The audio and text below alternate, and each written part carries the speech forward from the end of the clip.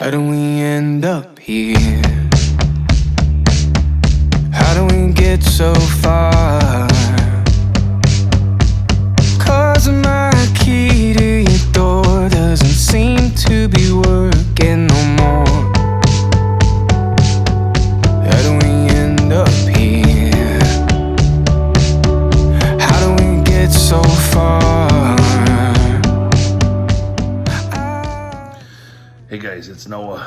I just woke up. You can see I still got sleepy eyes. I sleep like this so that when I wake up my hair is perfect. I wanted to share a dream I just had with you guys because it's funny. I have a phony pastor who prays for me all the time, and he prays for me to see exactly who I am, like just cut right through the BS, the nonsense, and see exactly who I am, which is a good prayer for people to pray. I pray that too, or exactly, what the problem is, right? So I had a dream, and in my dream, basically, I ended up in this little town that was there, and it was coastal. I don't even know where it was. It felt like somewhere, I don't know, maybe in Florida, or it could have been Oregon. I don't know. Those are like my two favorite places outside of Arizona. And in the dream, I had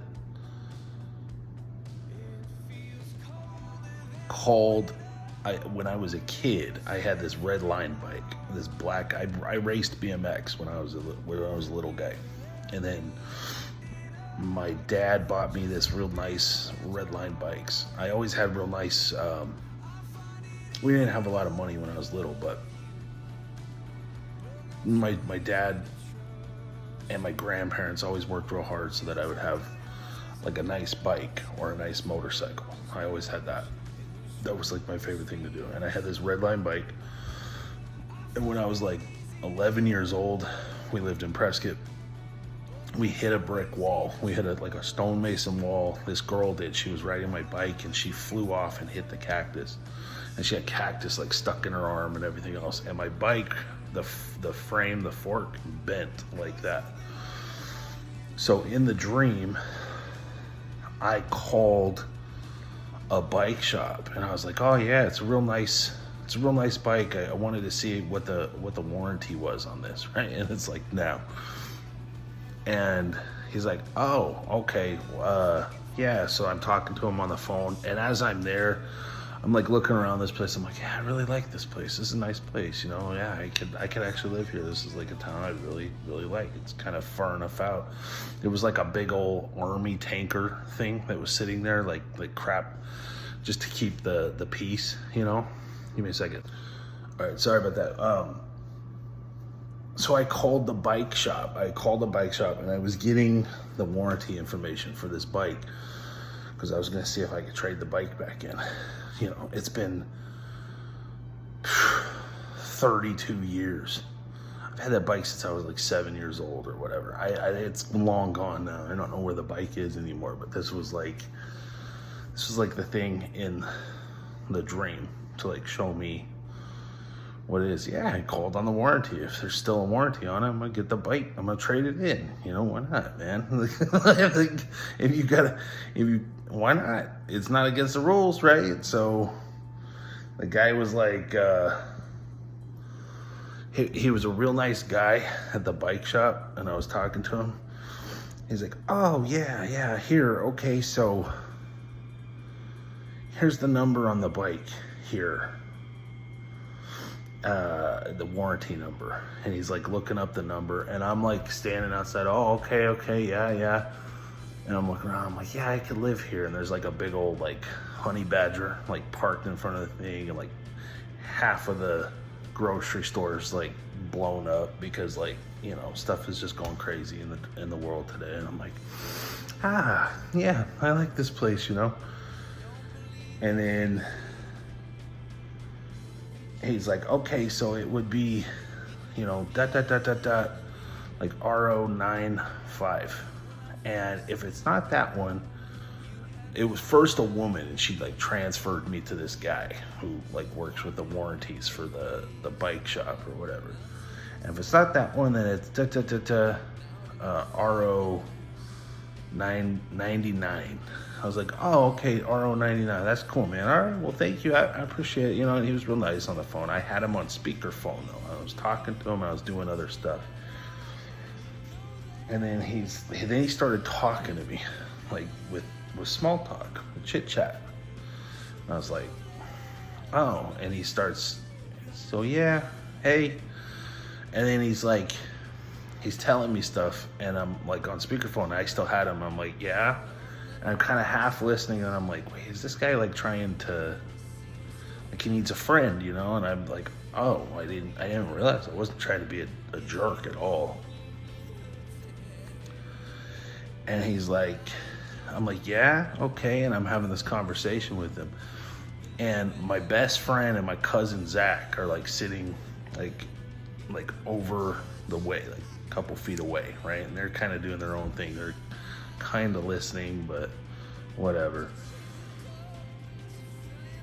And I'm like, then the guy's like, yeah, my wife, he said something. He said, yeah, they say she used to spend a lot of time with me, and that was a good thing. Like that, like, and what it was. And I was like, wait, bro, like, he sounded like an AA'er, by the way. He sounded like a guy that was in AA or something like that, who was trying to do the right thing. That's what he sounded like, and he was a nice guy.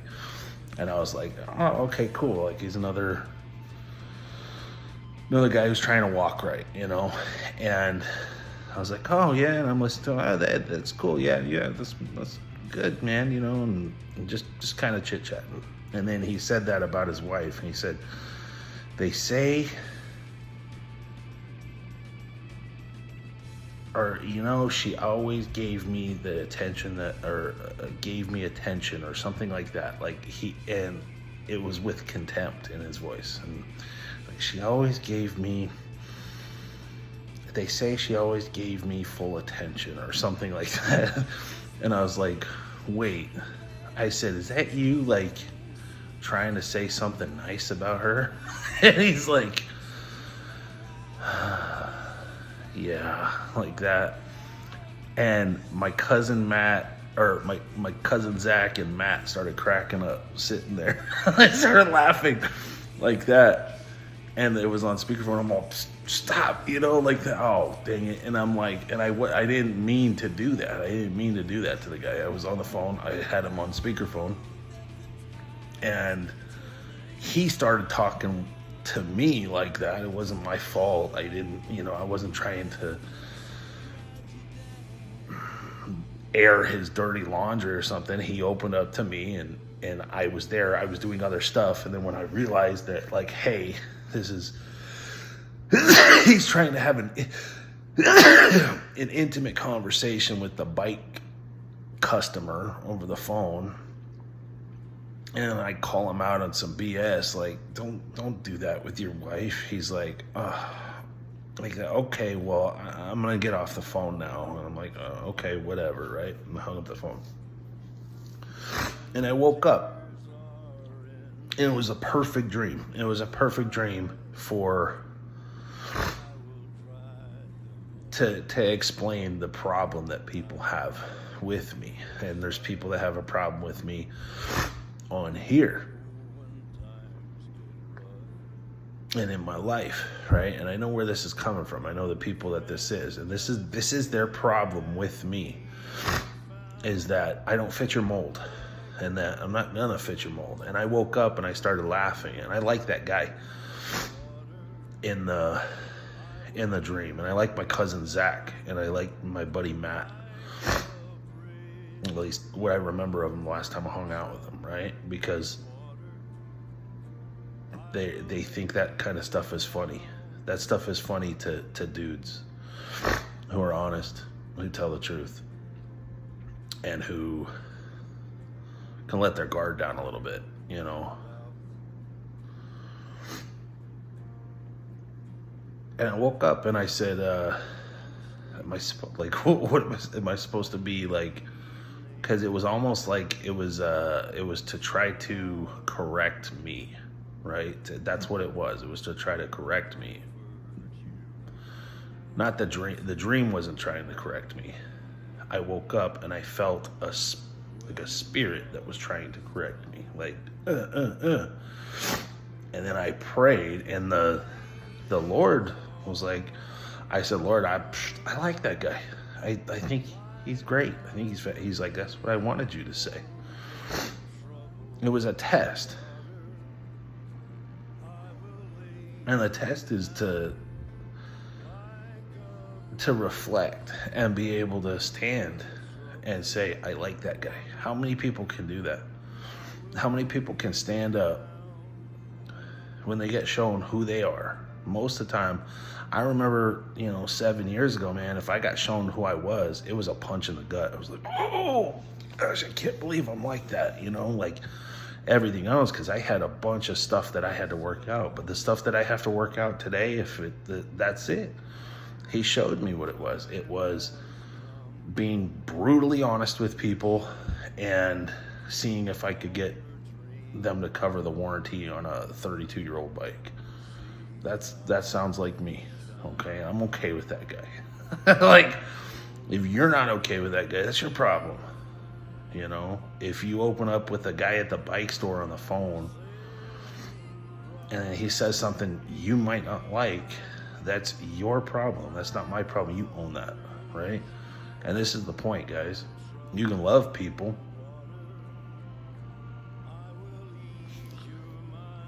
And you can be a good person by doing the right thing, right? And nobody's good. The Father's good, but you know what I mean? Like, be a righteous person doing righteous things and not be nice. You don't always have to be nice. Being nice is people-pleasing. But being righteous is God-pleasing, okay? And there's two separate things. I was sitting there last night and I realized, like, if I would have died in my drug addiction, I would have had hundreds of people at my funeral. Like hundreds. Probably 500 people would have came to my funeral. I had friends. I had a bunch of people. And if I died now, I don't know who would show up. I may have 5 people show up to my funeral now. It's because I tell people the truth. People don't want to hear the truth. I'm okay with that. When I go stand before the Lord, I'd rather Him say, well done, my good, faithful servant, than have, 1,000 people at my funeral and be burning in hell. And I have family members that were like that. They rejected God to the day they died. Everybody came and lined up at their funeral, thousands of people. And it was heart-touching and warming and everything else. And then they rejected God. And they're going to be burning in hell for eternity. Like, this is just the truth. Like, that kind of stuff that I just said, that really, really makes people mad. But it's the truth. Be a friend of God and not a friend of the world. Because if you're a friend of God, you can look yourself in the mirror when you get shown who you are and say, I kind of like that guy. God bless you guys. Have a good day.